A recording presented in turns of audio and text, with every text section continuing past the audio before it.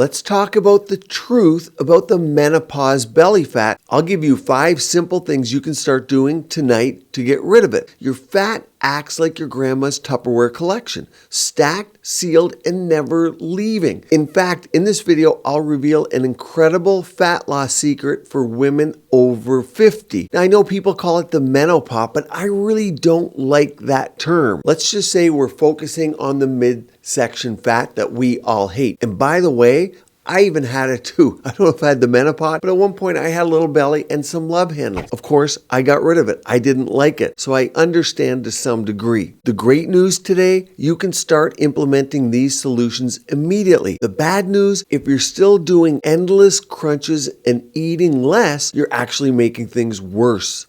And this is a key graph today. Look at this. The solid line represents weight gain over time. So you can see it goes up around menopause.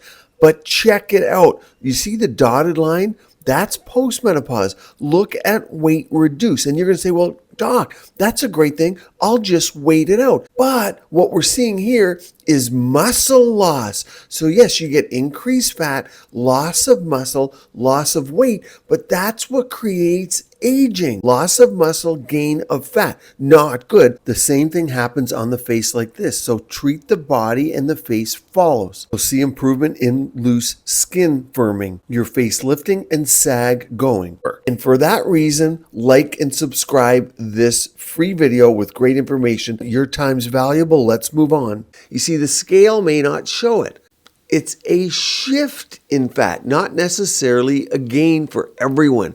Keep that fact in mind as we move on in this video today. First, exactly what is the Menopot belly? Well, it isn't just extra belly fat, it's a hormonal rebellion at its finest. You can see it right here. And please, don't think you're alone. Check this out. Hormonal balance leads to weight gain that accumulates around the middle. Okay, we've established that. But check this out. Approximately 90% of women, 90%, gain weight during menopause. And here, let's see how you stack up. 12 to 15 pounds is the average weight gain. If you're not sure when menopause is or what the signs, I'll link a video at the end of my signs of menopause, and some of them you might not even realize are actually happening. Why? Well, there's 4 reasons. Number 1, estrogen drops. A 2023 study found that women in menopause lose up to 40% of their estrogen, which in turn causes that fat to shift from the hips and thighs straight to the belly. You guys often tell me, Doc, I went from the center of attention to invisible. As you see here, many women feel invisible due to ageism, discrimination, and undervaluation in society. This greatly accelerates right around menopause. Body habitus represents fertility.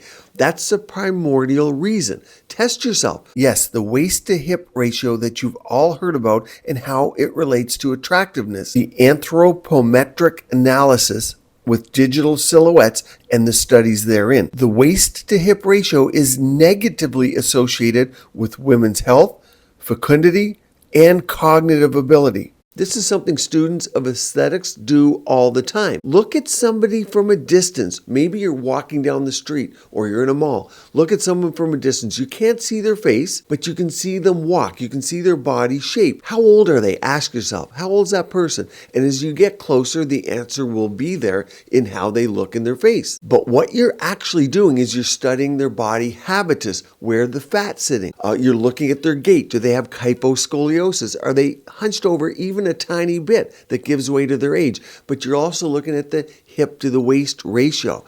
You're calculating fertility. You get my point. Fat distribution changes as we age, and that change is calculated by the people around us, and that's why we don't like it. Number 2, insulin sensitivity declines, meaning even if you eat the same way you always have, your body stores more fat instead of burning it. We like burning it. Insulin is a fat storing molecule, so when it's high, your fat acts like your grandma's Tupperware collection, stacked, sealed, and never leaving.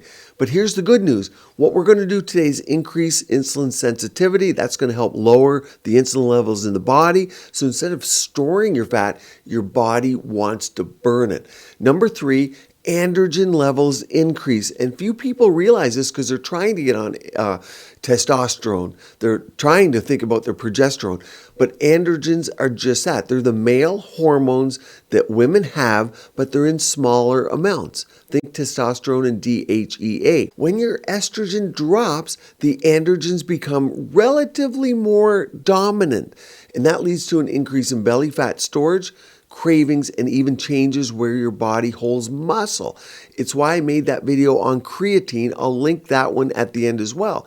And it's why some women notice a more apple-shaped figure postmenopause versus the hourglass. Number 4, metabolism slows. Studies show that women burn 200 fewer calories per day postmenopause, even if they're active, and more active than they were. So let's get rid of it by first stopping the biggest mistakes that women make.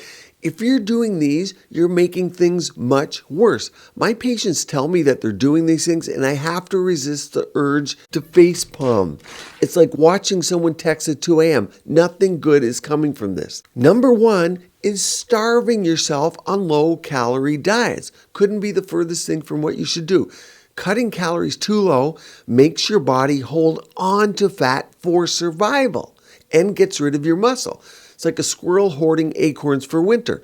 A study in the Journal of Clinical Endocrinology found that chronic dieting increases cortisol, and that actually stores more belly fat in particular. Number 2, this has to be the most common right here. Doing more cardio instead of strength training. And I have to tell my patients 5 or 6 times, strength train, strength train, strength train. Are you doing it yet? No. Start. Get a pull-up bar, whatever you need. You think an hour of running is going to melt your fat. No. A study in obesity found that too much cardio raises cortisol, leading to even more belly fat. So do what you need to do. I have videos on weightlifting and how to get on that routine. Why did I say a pull-up bar? Simply having a pull-up bar around, do 1 or 2 or 3 as you're walking by it. It's a good reminder, and they can easily be put in between door wells. Number 3, ignoring your hormones. Cortisol, testosterone, and insulin, they all interconnect to play a huge role in how much fat your body holds on to. You can't just eat less and move more when your hormones are completely unbalanced. Watch my complete video on hormone balancing. Let's hit 5 solutions that actually work.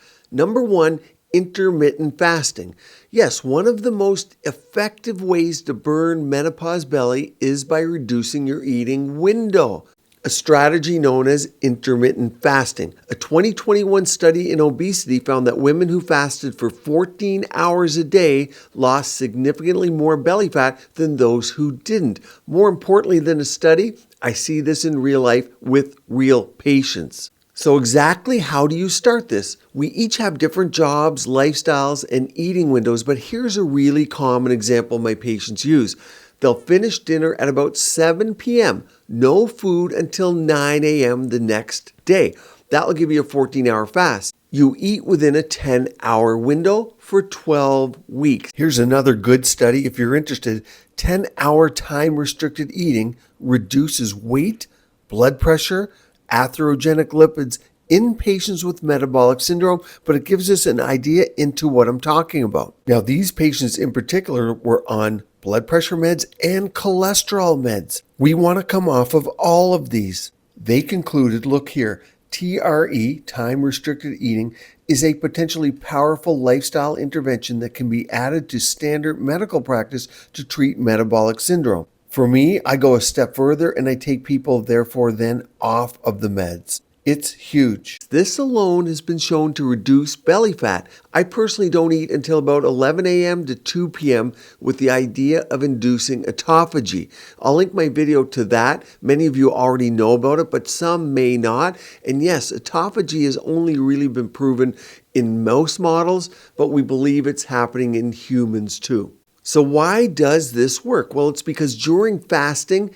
insulin levels drop, allowing your body to burn that stored fat instead of storing more. A bonus tip, I'll take my green tea fat burner upon wakening in the morning to increase fat oxidation by about 17%. Here's exactly what's in it. So if you're on a supplement, look to see what's in yours as well. And I'll make mine half off for you guys today. I'll put a code in, BURN50. I'll link it in the comments below and in the more info below this video. Here's the back of the supplement bottle. You can see there's green tea extract, Garcinia fruit extract, raspberry ketone extract, and coffee bean extract, plus more. Number 2, lower your carb intake and focus on protein.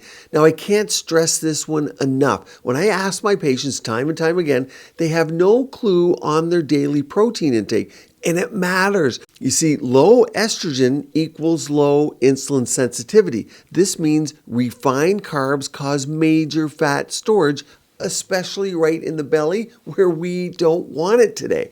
Here's what you want to do. Swap bread, pasta, and rice for meat or fish. High protein keeps you full longer, and that's a bonus as well. Non-starchy veggies are what you should look for, like broccoli, cauliflower, and asparagus. Now, some people, they get a little more gassy on those, so see which ones work for you. A little trial and error there, and I do want you to eat healthy fats. Think olive oil and avocado. Whole milk, that's a great one. Pure pasture-raised cottage cheese. Add blueberries, peanut butter, buy collagen powder, and your creatine to that. If you need a tiny bit of honey, you can add it. I also eat a lot of sardines, sauerkraut, organic chicken breasts, meat with gristle. Let's talk about that for a sec. So if you're a meat eater, the gristle's going to contain more collagen, but here's the kicker. When you chew more, you work the face muscles more, and muscles make up 25% of your face, so they're like your natural filler. A Harvard study found that women who ate 30% of their calories from protein had smaller waists than those who didn't. Start tonight. Have a low-carb, high-protein dinner. It keeps your insulin low and fat burning active while you sleep. If you want me to elaborate on a couple of recipes like the cottage cheese one, that's an easy way to get your protein up because many people struggle getting enough protein. In a way, isolate protein is another great thing to add to your smoothie if you need more. It's hard. Number 3, strength training. Stop fearing the weights.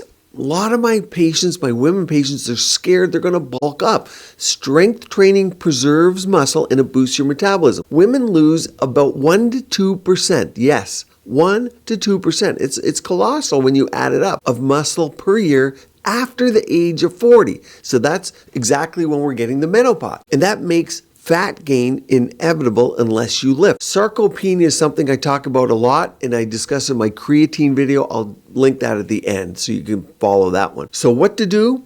Do this. 2 to 3 strength sessions a week. That's how much you need. Squats, deadlifts, and resistance training. Those are your top ones. Lifting weight will increase your metabolism, and that means that you burn more calories while you're watching your favorite Netflix show.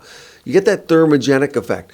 Tongkat LE, if you want to take an adaptogen, it helps boost your testosterone, and that keeps muscle high and fat low. Exactly what we're looking. I have Tongkat LE in my Women's Vitality Blend, and I also add horny goatweed, maca root powder, saw palmetto, Panax ginseng, because you get all the energy without the jittery of an espresso. So women love Tongkat LE. Many of you are on it. You want to look into that one. Number 4 is cortisol again. You want to control cortisol and balance your hormones. Cortisol is your stress hormone after all, right? So that makes you stressed. You store fat right in the belly. I guess talking about stress, remove stressful people from your life too. Choose to lower your cortisol naturally. Think ashwagandha. It reduces stress by 30%. Think 5,000 steps a day. How long is that? That's about a 2.5 mile walk. That's going to lower your cortisol and burn fat. Your leg muscles, keep in mind, are the largest muscles in your body. So again, you get that thermogenic burning. So after walking, your body keeps burning calories at a higher rate for many, many hours. It's also why strength training works well with HIIT, H-I-I-T, high interval intensity training. HIIT is way better for fat loss than steady state cardio that many of you are doing today. Speaking of lowering cortisol, what about bedtime? Think magnesium before bed for better sleep. And I'll link my complete video on magnesium at the end so you know exactly what type to take. You want to think of menopause as a hormonal game. If you balance them, belly fat doesn't stand a chance. So, to summarize, stop starving yourself, stop running endlessly, start lifting weights, start balancing your hormones naturally, and start eating in a way that works for your body. Think autophagy and fasting. Intermittent fasting is very different than starving yourself chronically. I did make a crucial video about bioidentical hormone replacement. I'll put it here, one on ashwagandha down here, and one on creatine and sarcopenia up here. Must watches for you to keep your skin and body beautiful, healthy, and vibrant.